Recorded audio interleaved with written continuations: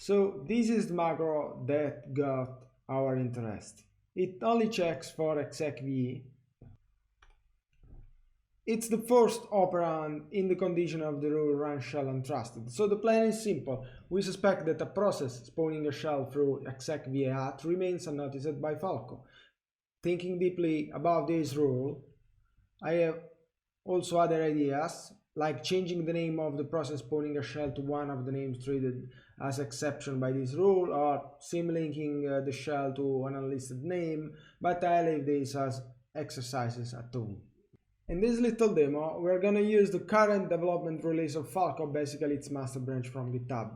In particular, we have Falco version 0.26.1-43, 43 commits ahead of the latest release, driver version 2AA88. Let's check if we already have the kernel module inserted. We have. Perfect, Falco can start. Let's start Falco with one of its default rule sets. And Falco is here. Let's verify now the target rule works as intended. To do so, we'll use the event generator project. It's a nice Go tool in the Falco security organization that helps you easily generate a variety of suspect actions detected by the default Falco rule sets. I quickly changed this command to make the shell it spawns create a chow file inside the temp test directory. Let's check. The chow file is here. Let's remove it. To make things more clear, we can easily trigger this Falco rule again. How? This way. Let's create a symlink to the event generator named httpd. Let's create a pizza file, which is a simple script that basically calls the event generator run shell command. Let's make it executable.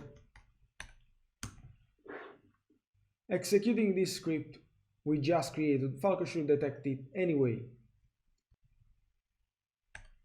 In fact, it does. As you can see, there are two alerts. The one that we just triggered by launching the pizza script, and the previous one. Now, what if we are gonna execute this through execve@syscall? My kernel is this one, so I have the execve@syscall on this host because it should be there since version 3.19 of the Linux kernel. It operates in the same way as execve, except for some differences in the handling of the path name. Let's see if Falco driver traces it already or not. Oh, as you can see, it doesn't. Hello, we have a very strong candidate for our bypass. I know you all were waiting for this. This is time to write some beautiful C code. I'm joking, I already written it. Let's just take a look at it. As you can see, a bunch of includes as usual.